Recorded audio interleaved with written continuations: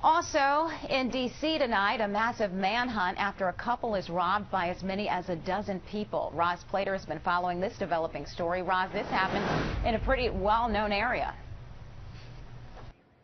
Yeah, in Adams Morgan, and normally on Friday and Saturday nights here, there is a large police presence, especially at the upper end of 18th Street. After this attack, though, some folks who live here tell us that perhaps there need to be more officers at the lower end of 18th Street where we are. Now, let's show you where this happened now. According to police documents, that Northern Virginia couple had stopped to eat on those steps near the busy intersection of 18th, Florida Avenue, and U Street Northwest about 1 this morning. Just then, the first suspect walked up to them and made a movement towards the male victim as if he were going to grab something. When the victim confronted him about it, he noticed the suspect was with a group of as many as a dozen men and women.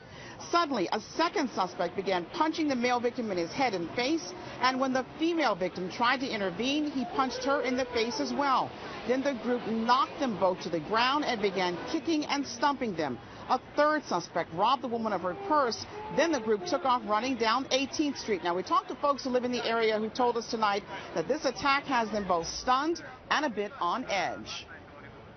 It's a crowded intersection. I've never seen, any problems here. It's unbelievable. It makes me feel unsafe. I usually feel fairly safe. I think it's awful, and I think that we need to see more police presence throughout Adams Morgan, especially down here on U Street.